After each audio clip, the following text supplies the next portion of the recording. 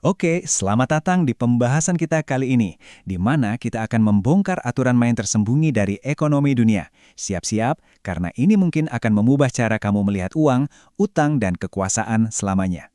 Kamu pernah ngerasa nggak sih kalau semua berita soal ekonomi, utang negara, perang dagang, itu semua tuh kayak bagian dari sebuah permainan papan raksasa. Ada pemain yang lagi naik daun, ada yang mulai turun, ada yang menang, dan ya ada yang kalah. Dan ternyata, feeling kamu itu bener banget. Menurut analisis sejarah selama ratusan tahun, ekonomi dunia itu emang berjalan dalam sebuah siklus yang berpola. Aturan mainnya bisa dibilang itu-itu aja dan udah terjadi berulang kali.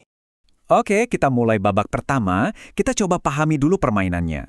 Ini bukan game yang baru diciptain kemarin sore loh.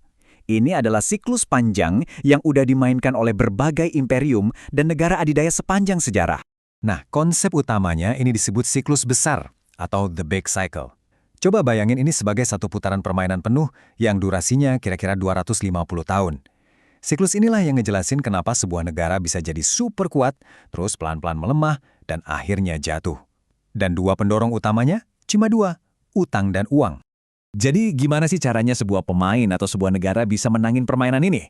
Yuk kita lihat strategi di babak awal yang ternyata selalu berhasil.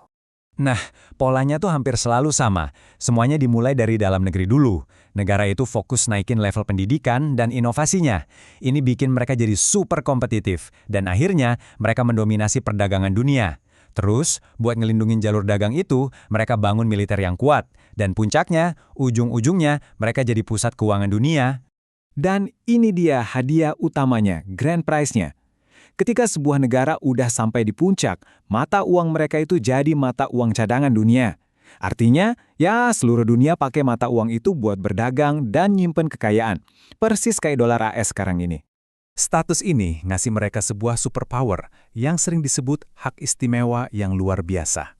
Gampangnya gini deh, ini tuh privilege buat bisa ngutang sebanyak-banyaknya dari pemain lain, karena toh semua orang butuh dan percaya sama mata uang mereka. Tapi, justru di puncak kemenangan inilah, permainannya jadi rumit. Kemenangan itu malah menciptakan sebuah jebakan. Yuk, kita masuk ke babak pertengahan, jebakan utang. Nah, ini dia masalahnya. Dengan privilege tadi, negara dominan ini mulai gila-gilaan berutang. Buat apa? Ya buat biayain gaya hidup yang mewah, perang, dan janji-janji kesejahteraan. Coba lihat deh grafiknya. Pendapatan mereka naiknya stabil, tapi utangnya melesat jauh lebih cepat, tumbuhnya eksponensial. Pertanyaan pentingnya sekarang, apa yang terjadi kalau utang udah numpuk setinggi gunung dan kamu nggak bisa bayar lagi? Apa mereka bakal nyerah gitu aja dan ngaku kalah? Oh, tentu tidak. Dari dulu mereka selalu ngelakuin hal yang sama. Mereka pakai kode curang alias cheat code pamungkas. Bank sentral mereka mulai nyetak uang baru secara besar-besaran buat nutupin semua utang itu. Kedengerannya emang gampang ya, tapi ini justru awal dari akhir. Dan sekarang kita masuk ke bagian yang mungkin paling relevan dan paling bikin deg-degan buat kita saat ini, yaitu tanda-tanda kalau permainannya akan segera berakhir dan siklusnya bakal di-reset. Sejarah nunjukin ada 4 tanda utamanya. Pertama, pencetakan uang masif yang bikin nilai mata uangnya anjlok. Kedua, konflik di dalam negeri yang parah, biasanya karena kesenjangan antara si kaya dan si miskin makin lebar. Ketiga, konflik dengan negara luar, kayak perang dagang dan teknologi lawan negara kuat baru yang mulai menantang.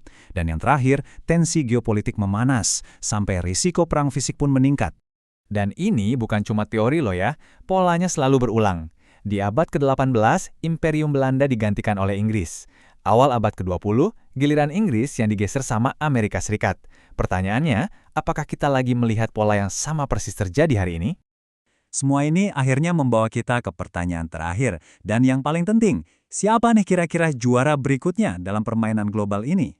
Penting banget buat kita ingat, ini bukan cuma sekedar pion di atas papan permainan. Pergeseran kekuasaan global ini punya dampak yang sangat nyata ke kita semua. Ini bisa mempengaruhi nilai tabungan kita, keamanan pekerjaan kita, dan ya, bagaimana masa depan ekonomi dunia akan terbentuk. Dengan semua tanda-tanda yang udah kita bahas tadi, cetak uang gila-gilaan, konflik di mana-mana, tensi yang makin panas, pertanyaan yang harus kita tanyain ke diri sendiri adalah, kita ini sekarang ada di kotak mana ya di papan permainan raksasa ini? Dan mungkin pertanyaan yang paling bikin penasaran, kalau siklus ini emang beneran terus berlanjut seperti yang terjadi selama 500 tahun terakhir, giliran siapa selanjutnya yang akan melempar dadu dan memimpin permainan? Nah, itu dia pertanyaan yang jawabannya bakal menentukan arah dunia di dekade-dekade mendatang.